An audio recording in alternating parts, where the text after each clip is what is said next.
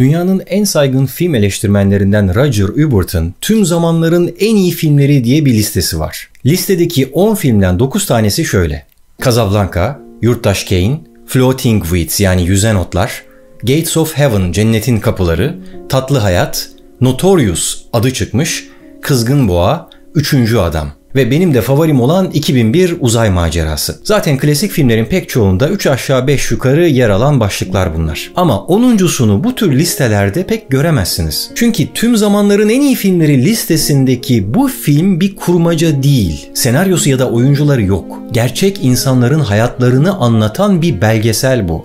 Up. Üstelik 1964 yılından beri yayımlanmaya devam ediyor. 3,5 yıl kadar önce bir TEDx konuşmamda bu belgeselden bahsetmiş ve 2019 yılında yayımlanacak olan yeni bölümü heyecanla bekliyorum demiştim. Ve ben şu anda heyecanla, büyük bir merakla 2019'da yayınlanacak olan yeni bölümü bekliyorum. İşte o bölüm yayımlandı ve ben bu vesileyle bir kez de kendi kanalımda size bu belgeselden bahsetmek istedim. Bu gördüğünüz çocuklar ilk kez bir araya getiriliyor. Hepsi de 7 yaşında sıradan çocuklar. Fakat hepsinin ayrı bir hikayesi var. Farklı toplumsal sınıflardan, farklı sosyal çevrelerden geliyorlar. Peki 1963 yılının soğuk bir kış gününde neden bir araya getirilmişler biliyor musunuz? Gelecekte onların nasıl bir insan olacağını anlayabilmek için. Çünkü bunu anlarsak dünyanın neye dönüşeceğini de anlayabiliriz. Bu gördüğünüz çocuklardan biri içinde bulunduğumuz 2019 yılında belki bir mağazada tezgahtar olarak çalışıyor. Bir başkasıysa o mağazaların bağlı olduğu marketler zincirinin en tepesindeki yöneticilerden biri. Kim bilir? Ama şu anda onları 7 yaşındaki bu halleriyle izlerken hepsini aynı tertemiz bembeyaz sayfalar olarak görüyoruz. Bu sayfaları herkes kendi üslubuyla dolduracak. Şimdi öne doğru bir adım atın. Ve geçmişten gelen bu yüzleri biraz inceleyin çocuklar. Evet, birçok kere geçtiniz.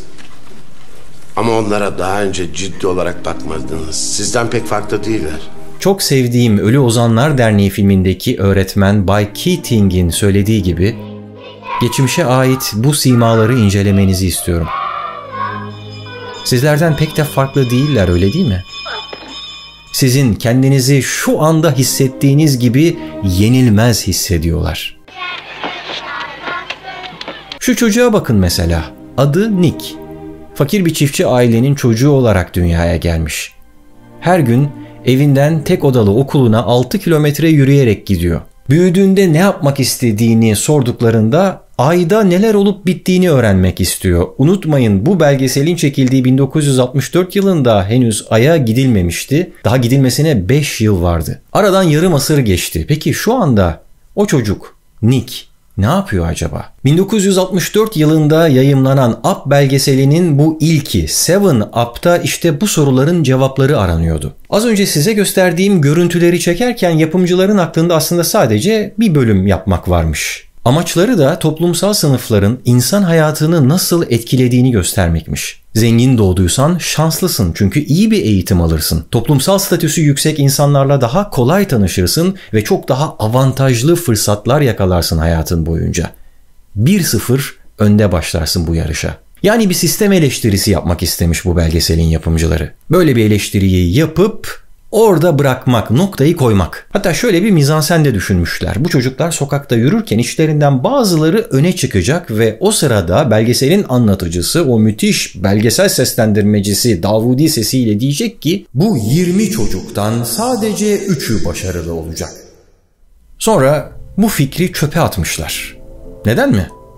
Sanırım bunu videonun sonunda hep birlikte anlayacağız. Sonuçta sistem eleştirisini yapıp noktayı koymamışlar, onu bir virgüle dönüştürmeye karar vermişler. Neden bu çocukların geleceğiyle ilgili sadece tahminlerde bulunmak, spekülasyon yapmak yerine onları gerçekten takip etmeyelim, gerçekten ne yapacaklarını, neye dönüşeceklerini görmeyelim ki diye düşünmüşler. İlk bölümde topladıkları bu 20 çocuktan 14'üyle 7 yıl sonra ikinci bir bölüm daha çekmişler.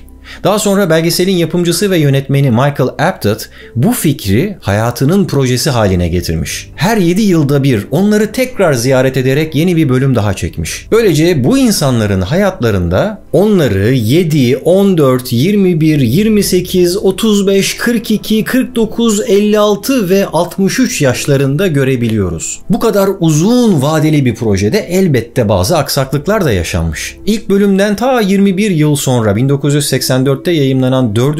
bölümde 2 çocuk, daha doğrusu artık 28 yaşına gelmiş 2 kişi yer alamamış. Kaderin garip bir cilvesine bakın ki bu 2 çocuktan birisi Charles da bir belgesel yapımcısı olmuş ve bu projede yer alan insanlar içerisinde sadece o bundan sonra bu projenin bir parçası olmak istemediğini söylemiş. Hatta yapımcısını dava etmekle tehdit ederek eski bölümlerdeki görüntülerini de sildirtmeye kalkmış. Onun dışındaki diğer tüm kişiler hayatlarının 7 yılda bir bu şekilde ziyaret edilip görüntülenmesine, kaydedilmesine, belgelenmesine izin vermişler. O çocuklar bu yıl 63 yaşındalar. Belgeselin geçtiğimiz hafta yayımlanan 9. bölümünde 14'ünün 11'iyle yeniden röportaj yapıldı. Diğer 3'üne ne oldu diye merak ediyor olursanız zaten birini tanıyorsunuz artık. Charles itiraz ediyor, yer almayı istemiyor. Bir tanesine teknik sebeplerle ulaşamamışlar.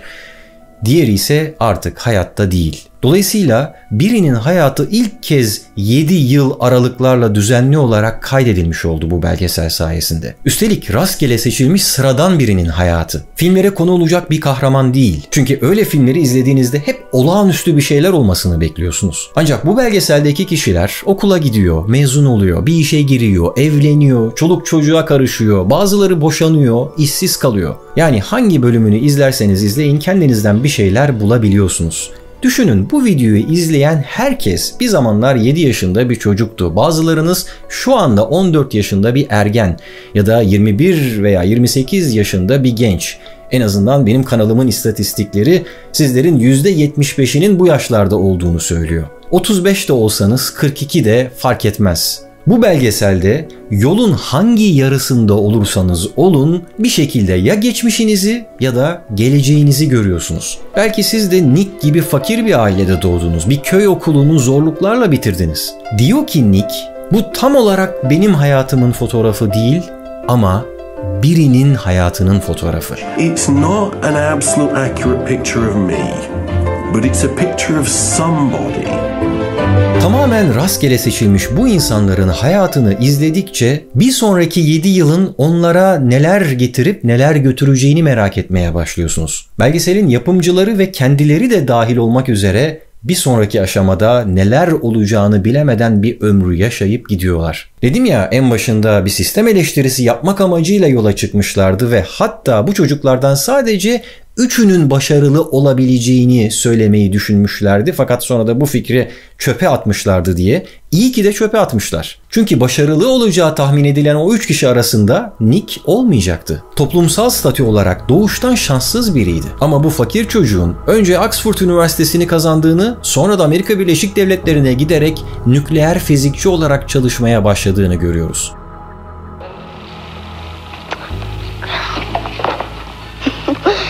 I don't want to answer that. I don't answer those kind of questions. Belgeselin 4. bölümünde 28 yaşında evleniyor. Evlendiği kişi izleyicilerden gelen eleştirilerden pek hoşlanmadığı için 35 ve 42 yaşlarında çekilen bölümlerde yer almak istemiyor. Çünkü eleştiriler bu evliliğin pek yürümeyeceği yönünde. Gerçekten de yürümüyor ve 49. yaşında çekilen bölümde Nick'i ondan boşanmış ve başka bir kadınla evli olarak izliyoruz. 2019 yılına geldiğimizde ise artık 63 yaşında olan Nick bir nükleer fizik profesörü. Biliyorum Çernobil dizisindeki Valery Legasov karakterine benzetiyorsunuz. Ama bu sadece bir benzerlik. Çünkü bu bir senaryo değil. Nick de bir oyuncu değil. Bu hayatın ta kendisi. Fakir ya da zengin doğuyorsun. Çok çalışıp çok çabalıyorsun. Bir yerde kazanırken başka bir yerde kaybediyorsun. Hayatın iniş çıkışlarla dolu oluyor. 7 yıl sonra nerede, nasıl biri olacağını kestiremiyorsun. Sıradan hayatları anlatan belgeseli iyi yapan da bu bence. Bize gösterdikleri her kişi 7 yılda bir yeni birine dönüşüyor aslında. Onları hayatlarının 9 ayrı bölümünde 9 ayrı insan olarak izliyoruz. Kendimizi onların hayatlarında dip noktalarda bir yerde yakalamışsak fark ediyoruz ki bu hep böyle olmayacak. 7 yıl içerisinde yeni bir insan haline gelebilirsin. Ha tabii kendimizi onların hayatlarının tepe noktalarından birinde de yakalamış olabiliriz. O zaman da anlıyoruz ki içinde bulunduğun o muhteşem, başarılı, parlak durum hep öyle sürüp gitmeyecek. 7 yıl içerisinde hemen her şeyini kaybedebilirsin. 7 yaşından beri hayatını takip ettiğimiz Nick'in hayat hikayesinde olduğu gibi. Zorluklarla başlayan hayatında çok çalıştı, çabaladı ve kendisi hakkındaki tüm tahminleri, istatistikleri bile şaşırtarak başardı. Kendi ifadesiyle şu anda dünyanın en güzel kadınıyla evli. Onu seven çocukları ve torunları var. Bir nükleer fizik profesörü olarak kariyerinde istediği noktaya gelmiş durumda. Ancak büyük bir ihtimalle bir sonraki bölümde yer alamayacak. I am seriously ill. Geçtiğimiz 7 yıl içerisinde kansere yakalanmış. Ama onlara daha önce ciddi olarak bakmadınız. Sizden pek farklı değiller. Aynı saç modeli. Tıpkı sizler gibi coşku dolular. Sizler gibi yenilmez hissediyorlar. Dünya onlar için bir istiridye. Çok büyük şeyler başaracaklarına inanıyorlar. Sizler gibi gözleri umutla dolu. Peki yapabileceklerini yapmak için yaşamaya acaba çok mu geç başladılar? Çünkü beyler, bu olanlar artık çiçeklere gübre oldu. Hayatı yaşarken şunu unutmayalım. Gelmiş olduğumuz nokta aslında bir nokta değil. Bize öyle geliyor. 7 yıl sonra neredeyse tüm hücrelerimizle değişmiş olacağız. Ama eğer dikkatle dinlerseniz size fısıldadıklarını duyarsınız. Hadi yaklaşın. Dinleyin. Nokta zannettiğimiz şeyi virgüle dönüştürüp devam etmek bizim elimizde. 7 yaşındayken bembeyaz olan o defteri umutsuzca karalamak yerine ona güzel şeyleri yazmaya devam etmek sizin elinizde. Yaşadığınız günü kavrayın çocuklar. Hayatınızı olağan dışı yapın.